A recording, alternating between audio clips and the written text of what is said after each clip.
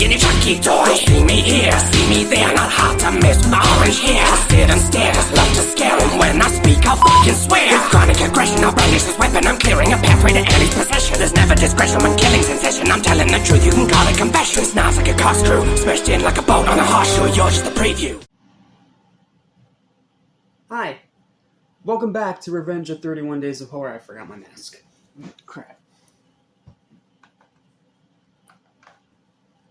Good thing it's always hanging close by. Welcome back to 31 Days of Horror. I'm sorry for forgetting my mask. I'm trying to do these as fast as I can and I keep forgetting props. I'm so scatterbrained. Anywho. There we go, now we're ready. Welcome back to Revenge of 31 Days of Horror. Welcome to my review of Bride of Chucky, the fourth Chucky movie and the movie that is arguably the most famous out of all of them, aside from Child's Play 2. Why is that? Well, for a few different reasons. Unfortunately, I can't really go super in-depth with this one because I'm trying to get all these reviews out as fast as I can because I still gotta go on my daily walk today, and I still gotta clean. Not to mention it takes a while to edit these and put them all together. And then on top of that, we have a live stream later, so I have a lot of things to do today, so unfortunately I gotta get these out quick. So, because of that, and with all that said, let's dive into Bride of Chucky. Here's my review. I hope you guys enjoy, even if my opinion may or may not be a little controversial.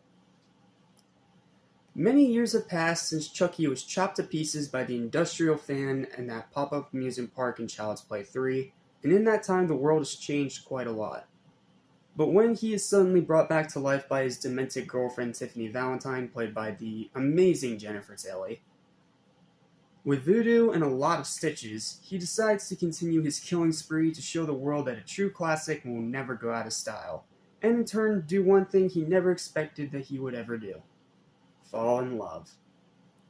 Bride of Chucky was a wild switch-up for the franchise, not only dropping Child's Play from the title entirely, but also completely changing the style into a full-on self-referential horror comedy heavily inspired by Scream. Now, whether that actually worked or not depends on who you ask. Some really dug it and had fond memories of it. I'm looking at you, Cody Leach. And some thought it was the beginning of a downward spiral for the series. Me personally, I fall somewhere in the middle. I really enjoy Bride of Chucky, but it has a lot of problems. Chucky is still great and incredibly entertaining every second he's on screen. Tiffany Valentine is a fantastic addition that perfectly works off of Chucky. The humor is great and almost always lands.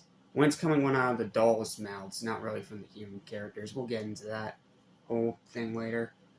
The kills are very enjoyably violent and super gory, the waterbed kill probably being the highlight.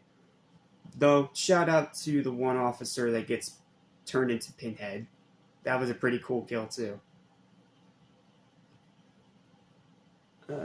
The love story between the two killers, while somewhat brief, is cute in a very dark humor kind of way. The new designs are awesome, probably Chucky's most iconic look in the whole series, and it's still used to this very day on branding and merchandise. Most recently, the new G Fuel that's coming out. The references to classic horror, while being a bit on the nose, do feel like loving tributes. The pacing is solid, a lot of lines are iconic and still quoted to this very day. The soundtrack is excellent, Living Dead Girl by Rob Zombie being the standout. The directing by Don Mancini is still excellent, and the cinematography is top-notch. Like, the movie looks really pretty. Really good cinematography. However, like I said before, there's a lot of problems. The main story is terrible. The human characters all suck. The main two human characters are some of the absolute worst protagonists in the entire freaking horror genre. The ending is anticlimactic, excluding the shovel fight. The shovel fight was cool. Chucky's death is the worst of the series. Like, he just gets shot. Really? That's all you got? Just one shot? Come on. You could find better and more creative ways to kill him off for the fourth friggin' time. Some jokes every now and then are pretty hit or miss. The human acting outside of Jennifer Tilly is horrendous. No offense to the actors, they weren't given great material, but the acting here is bad. Some kills are lackluster, the second act drags, the writing of the human characters is horrible, the final scene is confusing, That's all I'm going to say about it. It's confusing. There's a lot of meaningless filler, and the runtime is way too long and could have easily been cut down by at least 35 minutes. The Chucky and Tiffany parts of this movie are excellent and up there with the best of the entire series, but the rest of it is a complete mess and really needed more time in the development stage of the movie's production to be refined to be at least tolerable.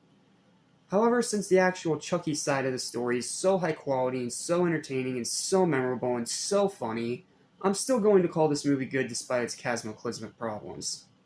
I highly recommend it. Just skip the boring human crap. Skip the human crap, pretend it doesn't even exist, and just focus on the Chucky parts, and you're gonna have a great time. Otherwise, you may or may not have some problems, and it may or may not really hamper your enjoyability. That's your fair warning right now. So, with that, I'm going to give Bride of Chucky a final verdict of a strong, solid 6.5 out of 10. 6.5 out of 10. I want to give it a 7 because the Chucky parts of this movie are so damn good, but the human parts are so shit that it barely even matters. So, because of that, I'm still going to give this movie a positive review. I'm still going to say go recommend it, go check it out. But the human crap really almost completely ruined it.